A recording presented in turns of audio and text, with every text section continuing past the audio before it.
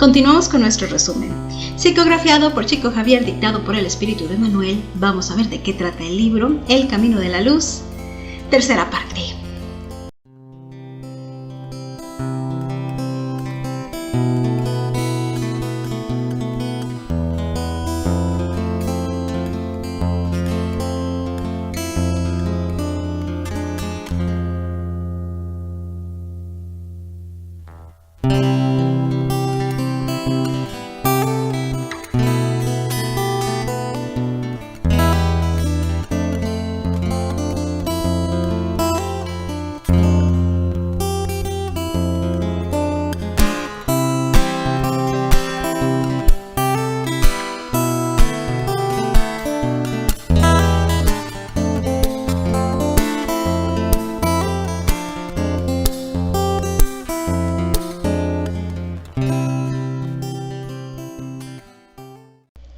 Llegamos a la historia de Roma. En el libro nos habla de ello desde que era apenas un pequeño poblado, un puñado de casas donde fueron apareciendo ciertos personajes que hoy son famosos históricamente, como Rómulo y Remo, que cada uno de ellos le dio un impulso a ese pueblecito hasta que llegó a ser la gran ciudad que tenemos en la memoria, que fue Roma, ¿no?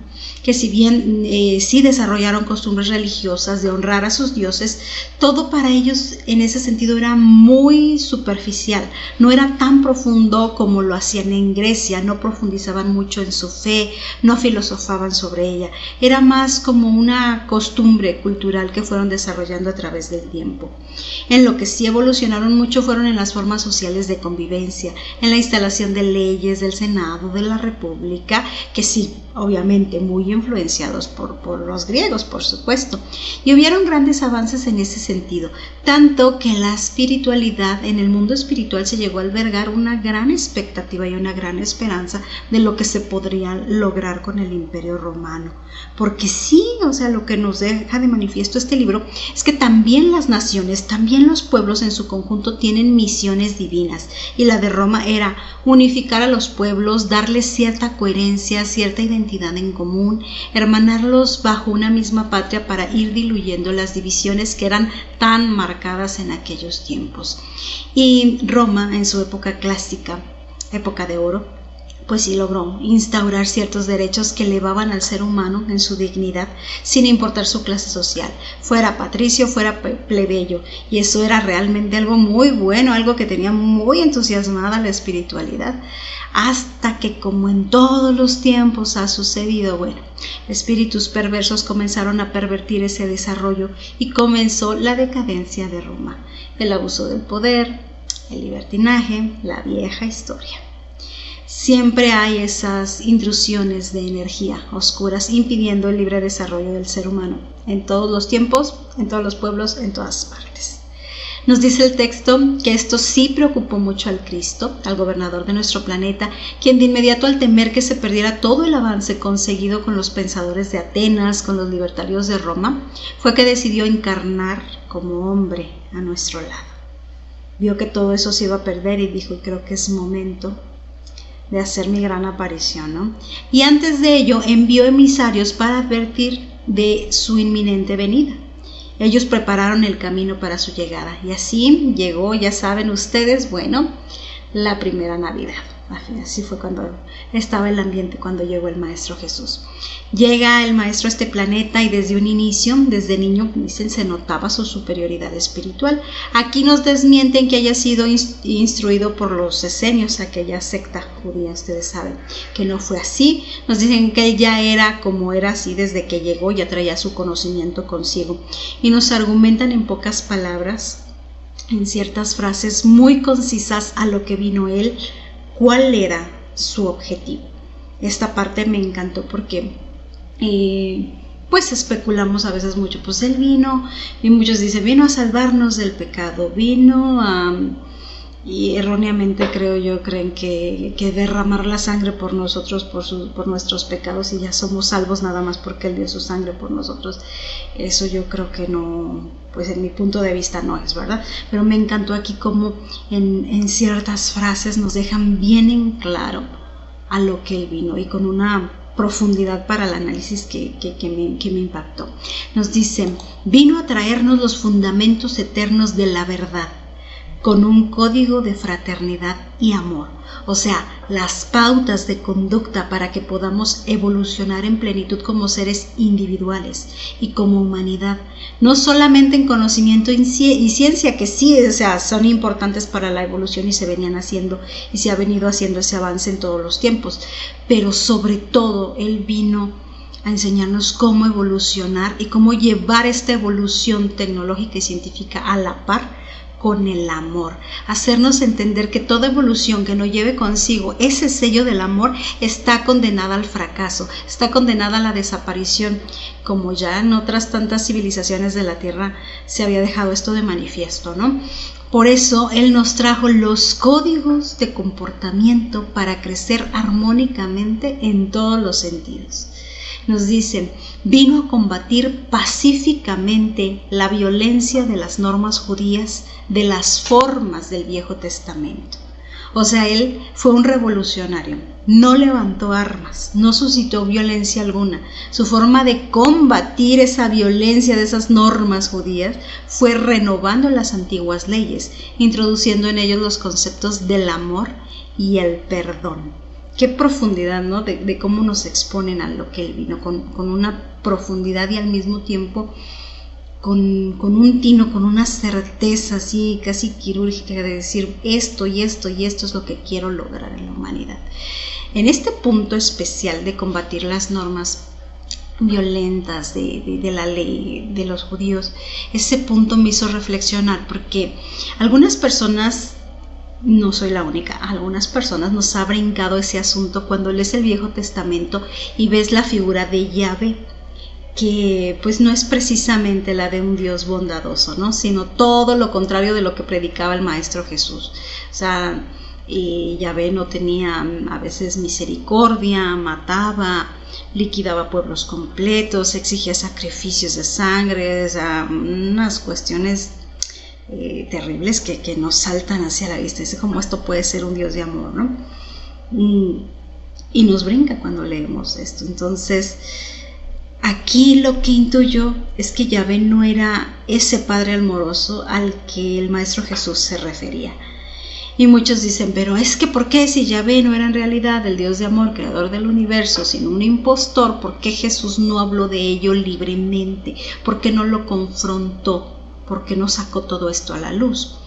Y quizás sí, pues no lo confrontó abiertamente, pero sí luchó contra la instauración de sus leyes, de esas leyes violentas que tenían, que seguían de Él, y sus normas tan duras, como apedrear mujeres por adulterio, como matar pecadores, etc. O sea, claro que lo combatió el Maestro Jesús, no abiertamente, no como muchos hubieran querido, como solemos hacer los seres humanos cuando queremos desenmascarar a alguien y despotricamos contra esa persona y lo hacemos añicos y lo hacemos nada. Y el Maestro Jesús no era así. Él, a su forma, claro que vino y combatió esas ideas que tenían ahí tan duras, tan marcadas, que Yahvé les dejó en sus leyes. Y el Maestro vino a meter el amor, el perdón, la misericordia dentro de todos estos conceptos, ¿no? No luchó contra Él abiertamente, no sacó armas, no provocó discordias, pero claro que estaba en contra de esa forma de espiritualidad tan, pues no sé, tan dura, ¿no? Bueno, no sé si ustedes han tenido la oportunidad de leer el Viejo Testamento, pero hay cosas que dices, ¿cómo pues, no?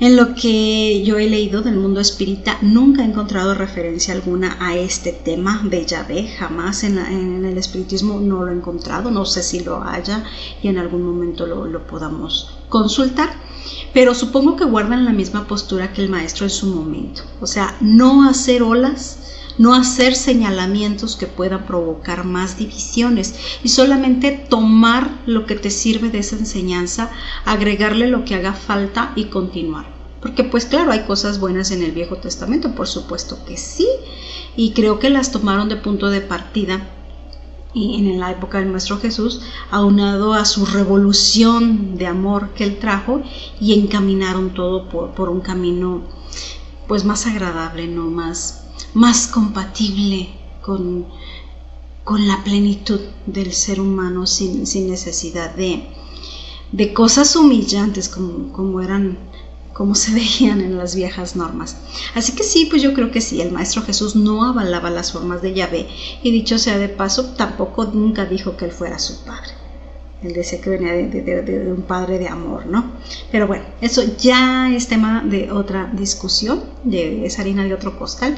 Aquí en este libro no se menciona nada al respecto, yo lo mencioné porque pues era una inquietud mía, que más adelante lo podremos tratar. He estado consultando algunos libros, en específico uno de Salvador Freixedo, que se llama Defendámonos de los dioses, donde habla fuerte de este tema.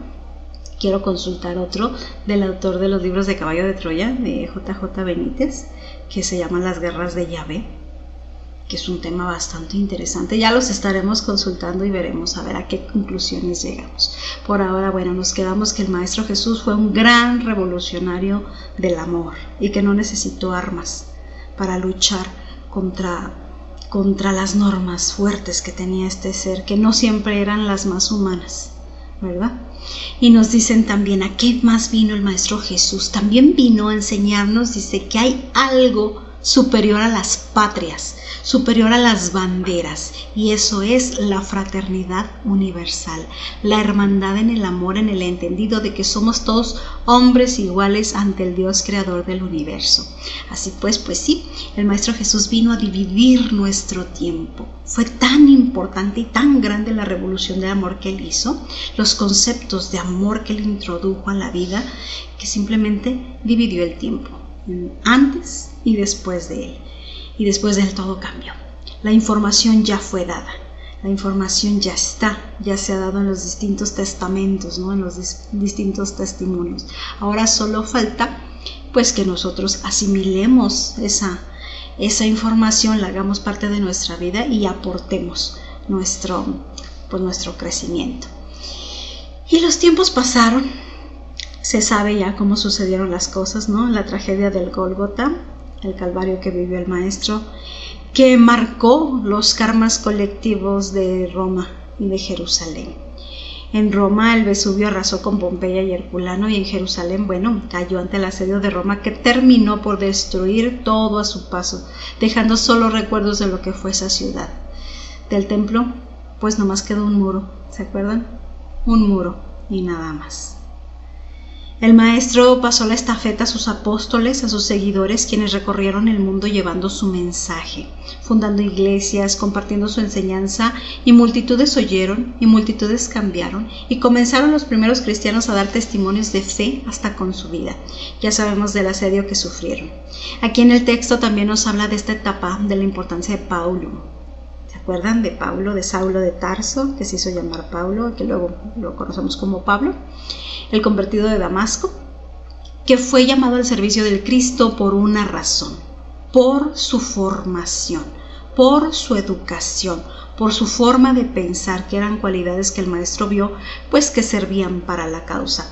Dado que los otros apóstoles, pues en general era gente humilde, era gente de trabajo, sin estudios, fueron personas normales del pueblo, que fueron de repente llamados a una misión que en verdad a veces les pesaba, que les quedaba grande, que les costaba trabajo entender en toda su complejidad los ideales del Maestro. Ahí está Judas, ¿no? Por ejemplo, que él siendo un revolucionario, sí, un hombre que quería cambiar, pero él quería la revolución por las armas, él tenía otros pensamientos, otras formas de hacer las cosas, no alcanzó a entender los ideales del Maestro y quiso encaminarlo, quiso obligarlo con la denuncia que él hizo del Maestro. No lo hizo con alevosía y ventaja como muchos piensan, él lo hizo porque él quería la revolución, él quería el cambio, quería que se enfrentaran a Roma de una vez por todas, que el Maestro saliera a la luz y que llamara a las masas a luchar. Él no quería que lo mataran, que lo crucificaran, que todo esto, lo hemos visto el testimonio de Judas al respecto, ¿no? Pero dice, yo solamente era un idealista político que quería que las cosas cambiaran y me equivoqué porque pensé que al forzarlo a salir a la luz, todo se iba esta revolución contra Roma pues iba a dar. Yo no pensé que lo fueran a matar, yo no soporté, de hecho por eso se suicidó, porque no soportó lo que pasó a raíz de lo que hizo, ¿no? Entonces estos hombres que en general cada uno de los 12 representaba una de las malas inclinaciones de la humanidad, digamos, eran el ejemplo perfecto de lo que era la humanidad, de los sentimientos de la humanidad. No eran las personas más preparadas. No fue por eso que los eligió el maestro, los eligió precisamente por esa sencillez, pero de repente cuando el maestro se va, cuando el maestro asciende y regresa a su reino, como él lo decía, ante los 500 de Galilea, porque no solamente eran 12 apóstoles, eran 500 personas en Galilea cuando él se va a los cielos, les deja a esos 500 la tarea de ir por el mundo y hablar del mensaje. Y les queda grande, y de repente ellos se quedan solos y la programación mental que tenían hace efecto y empiezan a regresar a las formas judías. Lo podemos ver de testimonio en el libro de Pablo y Esteban, que ya hemos hablado de él, donde comienza esta lucha de poderes y comienzan a querer hacer las formas a la forma judía, a que este conocimiento es para los judíos, no para extranjeros, a querer hacer incluso una aristocracia dentro de una jerarquía de tú eres el padre, tú eres el que decide, tú eres el subordinado. Tú, ¿cómo se peleaban con Esteban? Tú ni siquiera eres de los originales, nosotros somos los apóstoles originales, tú llegaste después, los privilegios, todas esas cosas humanas que nosotros le aportamos a lo divino, que siempre terminamos haciendo de lo divino puras garras por nuestra necedad humana, ¿no? Entonces empezó todo esto. Y el Maestro Jesús dijo, es que necesitan disciplina, es que necesitan una visión, alguien que les abra la visión a ver más allá de las cosas. Y siempre he dicho, hay dos maneras de acercarnos a las cuestiones divinas, a las enseñanzas divinas. O te acercas por la mente o te acercas por el corazón. En el caso de Esteban, que vimos en el libro de Pablo y Esteban, el caso de Esteban era un iluminado por el corazón, por el amor, tenía una apertura de conocimiento por el corazón y él logró hacer muchísimas cosas que incluso los 12 apóstoles en su momento, fue el primero en lograr cosas que los 12 apóstoles no lograban, como sanar gente, como muchas cosas, inspirar a los demás, sus discursos inspiraban, y eso era de corazón, por su grandeza de espíritu. La otra manera de acercarte al conocimiento siempre es a través de la mente, a través del ideal, de lo intelectual, del análisis, y esto era lo que tenía Saulo. Él era doctor en la ley de los judíos y cuando se convirtió al cristianismo comenzó a estudiar, a devorar todo el evangelio, a desmenuzarlo, a comprenderlo y tenía esa capacidad de encontrar la esencia y mostrársela a los demás, a lo mejor con palabras más sencillas, para atraerlos y enamorarlos de esta doctrina, ¿no? Entonces fue el gran aporte que hizo, que veía el maestro que definitivamente Saulo podía hacer. Pero pues no fue tan sencillo, ¿no? También en Pablo y Esteban lo vimos, como los apóstoles decían, oye, nos estabas matando, nos estabas persiguiendo y ahora resulta que ya eres cristiano y que quieres estar con nosotros. Pues bueno, no fue sencillo, pero fue llamado a filas, fue llamado para evitar eso que ya estaba pasando, porque les digo que comenzaban a perderse los apóstoles, se caían en el peligro de formar esta aristocracia, de formar una división con altos puestos y subordinados dentro del conocimiento que dejó el maestro, tal como sucede hoy en día. Y el maestro no quería eso, no quería que pasara lo que hay hoy, que es institucionalizar algo que tiene que ser más sencillo, algo que no tiene que ser una institución así como está hoy en día.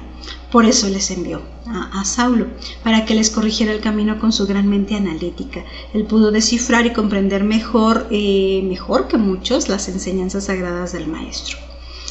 Y luego el maestro le revela el Apocalipsis a Juan el evangelista, y le habla de la bestia y le habla del 666 y de cómo reconocer a esa bestia.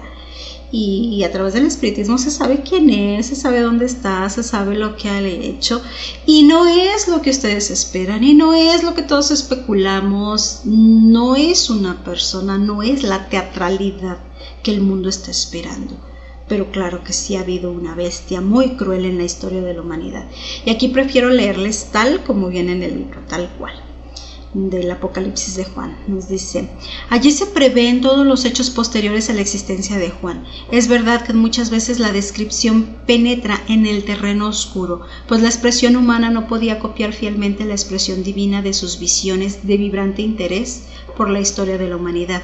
Guerras, naciones futuras, los tormentos futuros, el mercantilismo, las luchas ideológicas de la civilización occidental son allí entrevistas y detalladas, y la cifra más dolorosa allí relatada, que aún hoy se ofrece a la visión del mundo moderno, es la de la Iglesia descarriada de Roma, simbolizada en la bestia vestida de púrpura y ebria con la sangre de los santos. El Apocalipsis dice que la bestia pudo hablar grandes cosas y blasfemias durante 42 meses, añadiendo que su número era 666.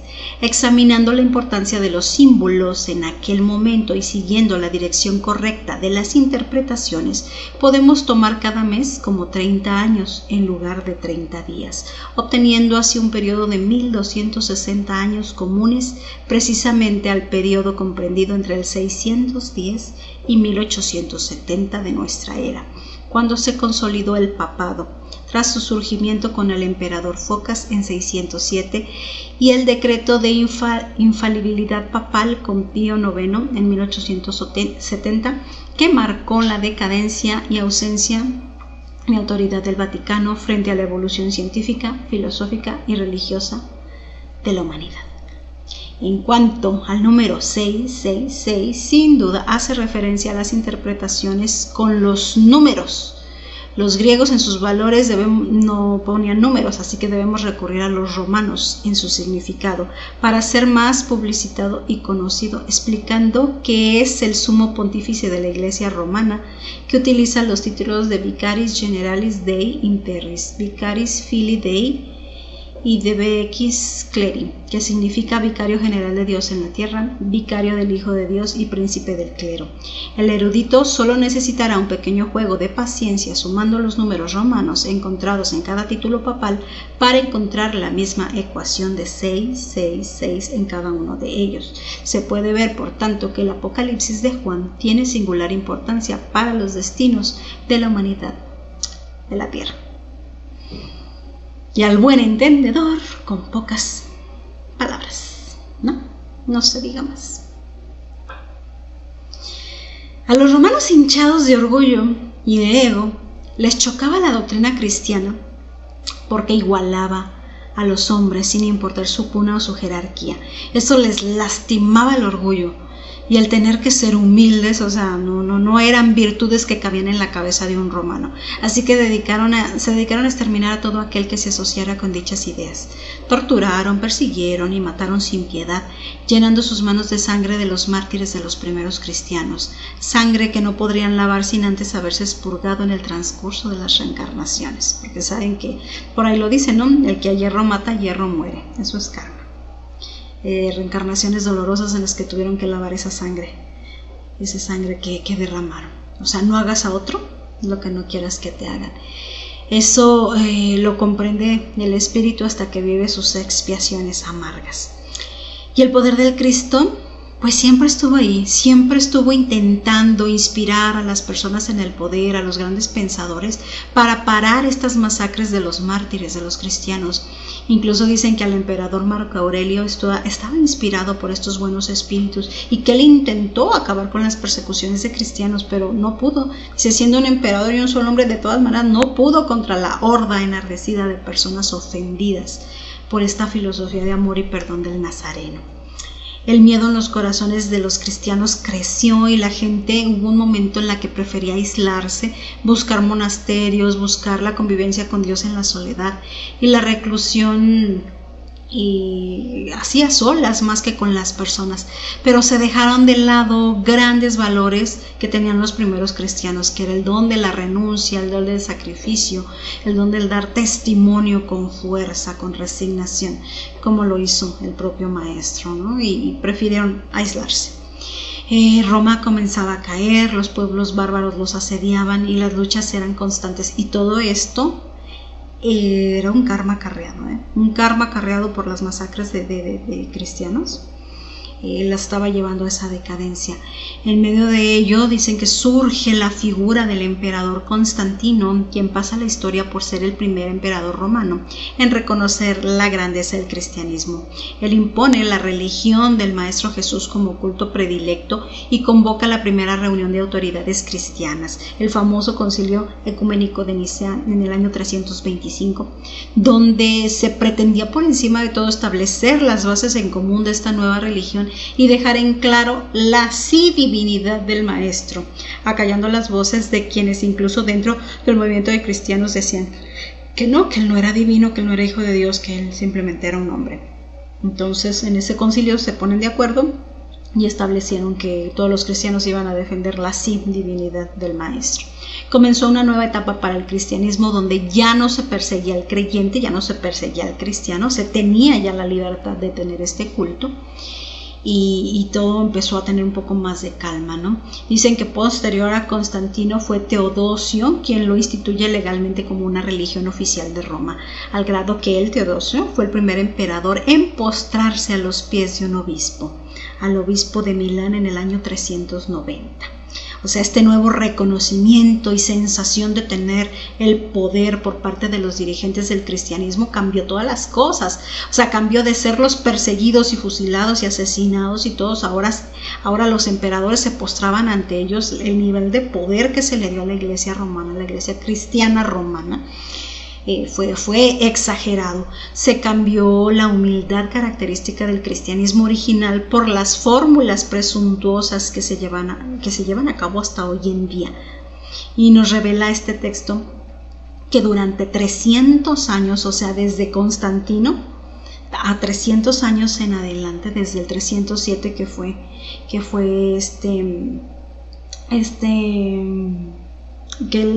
todo lo que hizo Constantino con el que reunió a los cristianos, hizo el concilio de Nicea, se nos revela que 300 años los emisarios del Cristo estuvieron tratando de cambiar todo esto, tratando de cambiar, de volver a los principios de humildad que se habían establecido en el cristianismo en sus inicios.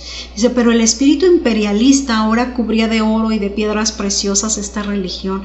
Ahora tenían rituales fastuosos, espectáculos perfectamente diseñados, a conciencia, con un único objetivo principal, que era fanatizar al pueblo con expresiones superficiales de fe, sin ahondar en las cuestiones trascendentales.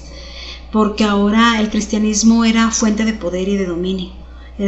Está muy lejos de la humildad y del amor al prójimo que le dieron origen. Fueron 300 años en los que los emisarios del Cristo no pudieron hacer nada. Para el año 607, al cabo de estos 300 años, del 307 al 607, como había profetizado Juan en el Apocalipsis, pues se instauró esta bestia.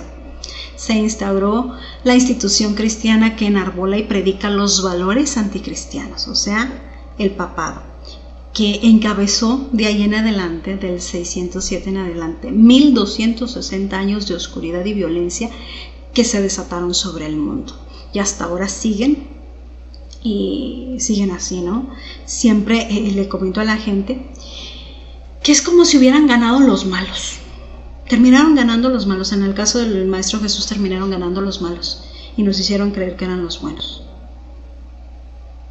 Pero esa es la iglesia católica, apostólica, romana, alejada de los verdaderos valores cristianos, que quienes representan la tan temida figura del anticristo. Sigue habiendo emisarios del Cristo dentro de la iglesia, de esta y de todas, de todas las iglesias, de todos los cultos, de todos los lugares, siempre donde se trate de elevar el espíritu o se hable de una religión, hay emisarios del Cristo dentro para tratar de cambiar las cosas desde dentro. Siempre los ha habido. Porque el maestro no pierde la esperanza de que entre en la razón y que vuelvan al origen, a lo que era realmente el cristianismo. Pero realmente se ha logrado poco. Es una institución casi totalmente corrompida. O sea, quien tenga conocimiento de las historias de lo que sucede al interior de esta iglesia, lo sabe. No estamos aquí para señalar, ni para criticar, ni para decir nada más. Las cosas son como son y la verdad cae por su propio peso. Yo he conocido personas dentro de esa religión con gran devoción, con una fe auténtica, pero debe decirse que son los menos, que son el garbanzo de a libra, ¿no? Por ahí que sale un sacerdote con verdadera fe. Bueno, es excepcional, porque los hay trabajadores del Cristo en todas partes, y en todas partes también hay espíritus oscuros que asedian. O sea, el espiritismo no está lejos de ello. También dentro del espiritismo hay personas que tratan, que a veces en vez de trabajar para adelante, como que están trabajando en contra, ¿no? Todo conocimiento, toda doctrina, religión no escapa de esta influencia maligna de espíritus oscuros. Al respecto de todo esto nos dice el libro, les leo. Los obispos de Roma, abusando del fácil entendimiento con las autoridades políticas del Estado, impusieron sus arbitrarias innovaciones, contradiciendo los sublimes propósitos de la enseñanza de aquel que propugnó la humildad y el amor como los grandes caminos de redención. Así surgen nuevos dogmas, nuevas modalidades doctrinales, el culto a los ídolos en las iglesias, las espectaculares fiestas de culto externo. Copiaron casi todas las costumbres de la Roma anticristiana. A eso es a lo que se llegó todo el teatro, todo el show, todo el ritual de sus celebraciones, de las marchas, de los santos, de las imágenes, de la adoración de ídolos. Todo se copió de las formas romanas. Todo. Olvidándose la autenticidad y la sencillez de lo que dejó sembrado el maestro, ¿sí? Ahí lo tomaron solamente de pretexto para disfrazar el antiguo culto a los dioses de Roma, ahora bajo el título de cristianismo. Se tenía que decir y se dijo, sin afán de ofender a ningún practicante de ninguna religión. Lo que aquí se expone pues está avalado por la historia. Y así Bonifacio III creó el papado en el 607 y con ello la oscuridad obtuvo una victoria relativa y transitoria, nos dice el texto. Relativa porque las cosas no se iban a quedar así. O sea, el Maestro Jesús nunca nos abandonó, no nos ha abandonado. Sí había puesto todas sus esperanzas en Roma, como lo sabíamos, que dominaba tanto territorio, pues sí había considerado que si los cristianos llegaban a las cúpulas del poder, bueno, pues el conocimiento se iba a extender, el conocimiento, el mensaje de amor y fraternidad, iban a abrazar a los pueblos bárbaros, los iban a educar en el amor, en la fraternidad, pero en realidad todo salió al revés. Estos cristianos se llenaron de soberbia, se endiosaron con el poder y se corrompió la enseñanza, atrayendo de nuevo la desgracia, las pruebas expiatorias para el imperio, que terminó cayendo ante el asedio de los pueblos bárbaros, como ya sabemos, ¿no? Por la historia. Surgen también ahí figuras históricas como Atila, ¿se recuerdan? Atila, como Alarico. Ay, Alarico, me acabo de enterar en una conferencia de Divaldo. Ese personaje histórico, Alarico, resulta que fue en otra encarnación el cardenal Richelieu en Francia, se recuerdan, también muy famoso, y luego en Brasil tuvo una encarnación, se llamaba Jesús González, y fue era periodista, era poeta, era escritor, pero fue fundador de asociaciones para ayudar a los enfermos con lepra, porque él mismo padeció la lepra. Es una historia increíble, luego se las comparto, me acordé de él. Pero bueno, en este momento de la historia, pues los bárbaros, los pueblos bárbaros derrocan a Roma. Todo pues como consecuencia de los actos, ¿no? De los karmas colectivos que Roma venía arrastrando. Se van perfilando ahí las condiciones para lo que sucedió después, estos 1260 años de oscuridad que nos dicen que son conocidos como la Edad Media. La Edad Media que en ese punto me puso a reflexionar y decir, La Edad Media fue un estancamiento de la humanidad, nos dice el libro. Fue un momento de estancamiento, no se avanzó, en muchas cosas se retrocedió. Ya saben, las oscuridades, las cosas que se hicieron ahí atroces. Y fue un estancamiento, o sea, lo que quiere decir que gracias a la institución de la Iglesia de Roma, perdimos más de 1000 años en nuestra evolución, nos estancamos 1000 años. O sea que vamos con 1000 años de retraso en la evolución, gracias a esta etapa. Y yo pensaba en esto, me dejó un poquito choqueada, analizando, digo, ¿en serio? Entonces, es fuerte lo que te dicen, ¿no? Desde que la figura del anticristo, desde todo lo que ha hecho, todo explicando numéricamente cómo obtener esas pautas que dice el Apocalipsis. La cabeza me giraba y yo tratando de decir, entonces sí, perdimos 1000 años de evolución por esto, Dios. Te quedas pensando, y lo platicaba con mi esposo, asombrados de estos, y a veces te da vueltas la cabeza y dices, ya no sé si estoy razonando correctamente o no. Ojalá uno pudiera tener esa comunicación así como Divaldo, como chico con su guía espiritual, y que te dijeran claramente, platicar, así nos tomamos un cafecito, platicamos de esto, sácame de dudas, ¿no? Pero no, pues uno está así con las intuiciones nomás, y a veces son tantos los pensamientos que dices, ¿será? ¿No será? ¿Estoy pensando mal? No sé. Así me pasa a veces. Saben también que no he estado muy bien de salud y sigo trabajando, sigo leyendo, no al mismo ritmo, pero sigo trabajando. Pero a veces le da uno para abajo en el ánimo y a veces dices, como, ¿para qué hago esto, no? Tanto esfuerzo, tanto... A veces realmente te sientes mal, estás agotado, pero tengo que trabajar, tengo que leer, aunque sea poquito todos los días. Y digo, ¿y quién me forza a hacerlo? Es un compromiso que yo adquirí. Y dije, al final de cuentas a mí nadie me puso. Yo no tengo un Emanuel, una Juana de Ángeles que me esté impresionando. Ándale, haz. Bueno, sí los tengo, pero no los oigo directamente, ¿no? Es un compromiso que yo adquirí libremente con ustedes para compartir, y de repente dices, ¿vale la pena tanto esfuerzo, tanto eso? No sé, te entra el pesimismo, a todos nos pasa. Y estaba yo con eso, dije, a lo mejor estoy interpretando mal, a lo mejor mi mismo pesimismo que traigo, ¿qué será? Pues terminé de escribir este resumen, porque yo cuando voy a grabar video leo todo, o sea, yo tengo, como si estuviera platicando con ustedes, hago un resumen, lo escribo y lo estoy leyendo ahí en la pantalla, para no cuatrapearme con las ideas, para ofrecerles la claridad que ustedes merecen en la información, ¿no? Y terminé de escribir el resumen y dije, listo, ya está, mañana grabo. Y me quedé con todas estas reflexiones, platicando con mi esposo, con mi estado de ánimo, con lo que tú quieras.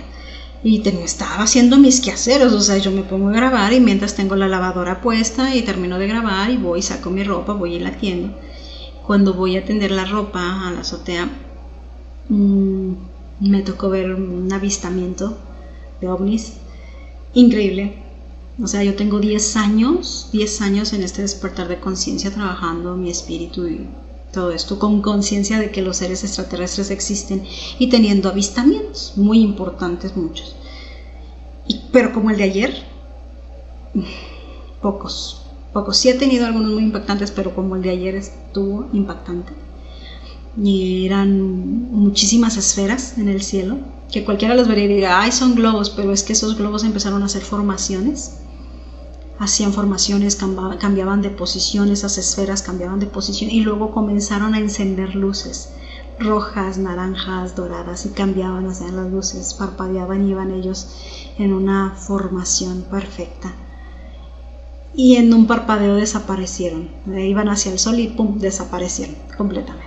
Estaba yo fascinada, yo dije, vi lo que vi, no vi lo que vi, y viene otro conjunto. Esas eran, no sé, como 30, 40 esferas las primeras que vi, y luego se vino otro conjunto de otras 5, también en formación, prendiendo las luces, también en un parpadeo desaparecen. Y luego llegaron 2 naves triangulares, que yo creí que eran águilas, pues a la distancia, o sea, kilómetros arriba. Yo dije, antes eran unas águilas, porque eran triángulos, se veían los triángulos como si fueran águilas de alas abiertas y jugaban entre ellas así, pero dije, como águilas, están demasiado grandes, ¿no? No, y ya cuando vi que encendieron las luces, porque también encendieron sus luces doradas y rojas impactantes, no, estaba yo fascinada, yo no lo podía creer. Créanme, he visto muchísimos avistamientos, he tenido muchísimos, no sé, miles de naves que yo he visto, pero las de ayer era una emoción particular, cómo encendían las luces, cómo las veía jugueteando y cómo en un parpadear desaparecieron. No sé si se metieron al sol, no sé qué, porque estaban muy cerca del sol, pero desaparecieron. Fue fascinante, me quedé con el corazón así a mil, porque cuando te cuestionas todo esto en la vida, ¿no? El trabajo que estás haciendo, si vale la pena, si sí o si no, me dio como felicidad, como certeza, como decir, entonces no estoy mal. Mucha gente me ha dicho, he cambiado de pensar, de forma de pensar en todos estos años.